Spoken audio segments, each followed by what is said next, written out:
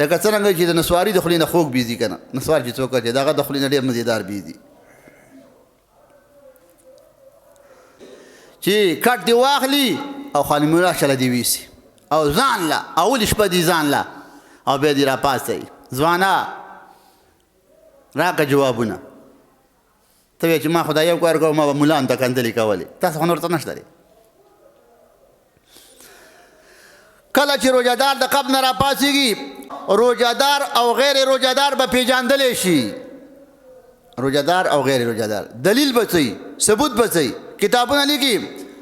فیفوه من افواههم الریح کالمسک د روژهدار د خولې نه به د مشکو بوی ځي